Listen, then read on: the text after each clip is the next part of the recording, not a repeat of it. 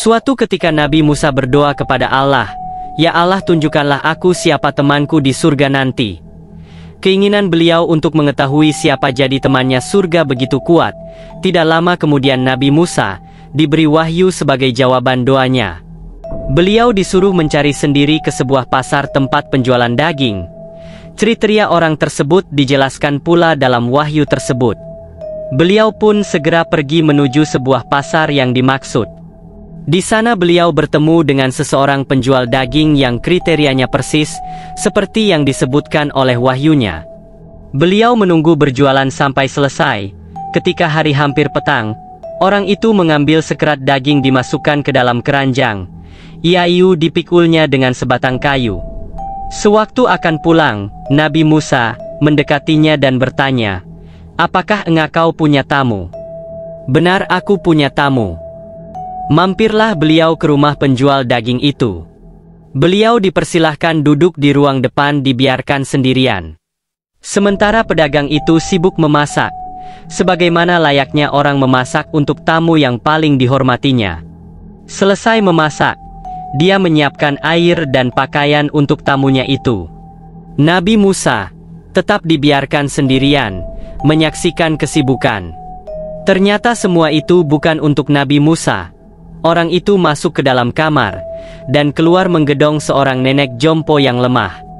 Disuapinya diseka dan diganti pakaiannya seperti merawat bayi. Lalu nenek jompo itu ditempatkan kembali ke tempat tidur seperti semula. Ketika Nabi Musa menanyakan siapa sebenarnya nenek itu, yang diperlakukan sedemikian mulia, orang itu menjawab, "Nenek ini adalah ibu kandungku sendiri. Ia telah emah tak berdaya merawat diri sendiri." Nabi Musa mengarahkan pandangannya kepada seorang nenek jompo yang berbaring itu. Terlihat bibir nenek itu komat kamit.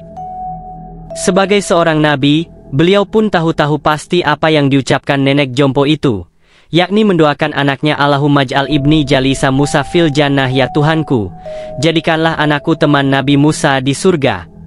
Akhirnya beliau berkata kepada orang itu, "Terimalah kabar gembira bagi Anda, dan kenalkan aku Nabi Musa, dan engkaulah kawanku kelak di surga." Segitu besarnya doa seorang ibu. Memang benar bila ridhonya Allah ridhonya orang tua. Dari cerita ini semoga kita mendapatkan hikmah dan pelajaran yang disampaikan. Sudah cukup jelas cerita di atas untuk dapat kita renungkan sudah sejauh mana sikap kita terhadap orang tua, khususnya ibu kita. Mungkin banyak orang setelah orang tua mereka sudah mulai tua, lemah, pikun, atau untuk mengurus diri mereka sendiri sangat sulit. Ketika mereka membutuhkan bantuan, anaknya malah sibuk dengan istri, anak, harta mereka.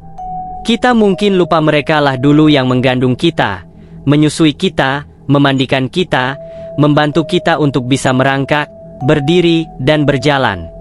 Benarlah apa yang diceritakan ketika seorang sahabat memaparkan apa yang telah dilakukannya, bahwa dia menggedong ibunya yang sudah tua jompo kemana-mana, merawatnya, memandikan dan mensucikannya dari semua hadatsnya. Lalu bertanya kepada Umar bin Khattab, "Apakah hal tersebut dapat membalas jasaku kepada orang tua?"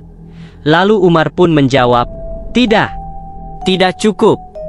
Karena kamu melakukannya sembari menunggu kematiannya, sementara ibu merawatmu sembari mengharap kehidupanmu." Mungkin kita sudah mengerti alasan Umar menjawab pertanyaan itu. Jasa orang tua terhadap kita tidak akan pernah bisa dibalas dengan cara bagaimanapun. Uang, materi, harta benda tak bisa membalas jasa mereka. Maka sudah cukup cerita maling kundang menjadi sebuah legenda jangan sampai menjadi sejarah yang nyata yang pernah terjadi. Semoga kita menjadi orang-orang yang berbakti kepada orang tua, karena untuk beribadah kepada Allah